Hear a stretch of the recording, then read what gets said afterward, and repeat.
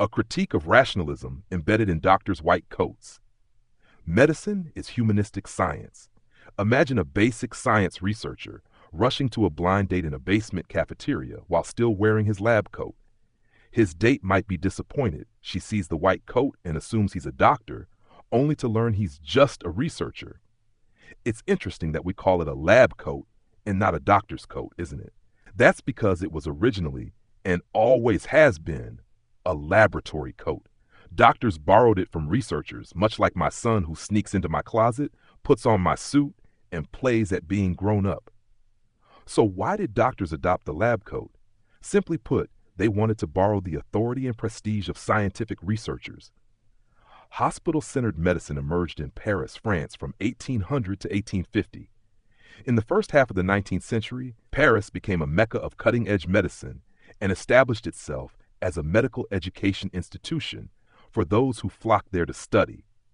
The influence of so-called hospital medicine spread beyond France to Britain, America, and other European regions.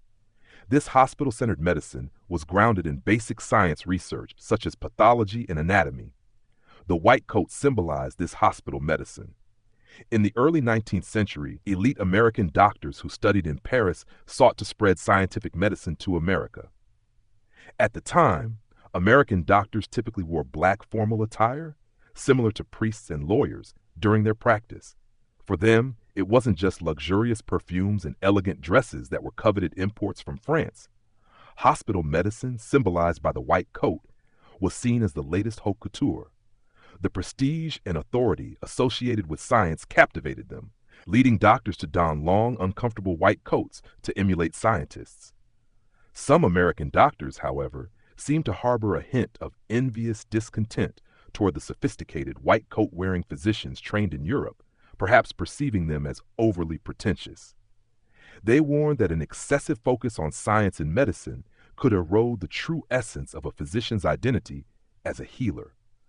For modern American doctors, fully immersed in scientific medicine, such concerns from their predecessors might seem difficult to believe. To 19th century American physicians, scientific medicine often meant treating patients as mere subjects for advancing knowledge, while offering little in the way of actual care. They feared that science would strip away the essence of being a doctor, a physician's compassion to relieve patient suffering, and their role as a healer. This perspective arose because hospital-centered medicine of the era prioritized pathology, epidemiological statistics, and mechanistic research over patient care. As scientific advances were actively utilized in medicine, 20th century medicine in some ways overshadowed science itself. The doctor's coat gained more authority than the researcher's coat, and medical school admission requirements became much higher than those for general science colleges. We live in an era where clinical medicine journals are cited more often than top basic science journals like Nature. Large pharmaceutical companies and hospitals, along with their intimidating machinery and advanced facilities, granted doctors a new level of authority. The knowledge possessed by doctors, protected within the realm of science, became a field inaccessible to the general public, unlike the medicine as an everyone science of earlier medical history. While anyone can participate in science, practicing medicine remains a privilege reserved for a select few. As doctors established an institutional monopoly, they gained significant economic rewards and social prestige. In the United States, medicine has become a cartel dominated by pharmaceutical companies, insurance firms, and physicians. It is openly said that becoming a doctor is one of the only paths for Asians to access what is perceived as high society in America, though the reality of how high that society truly is remains debatable. The white coat is no longer a symbol of scientists, but has become a symbol of doctors.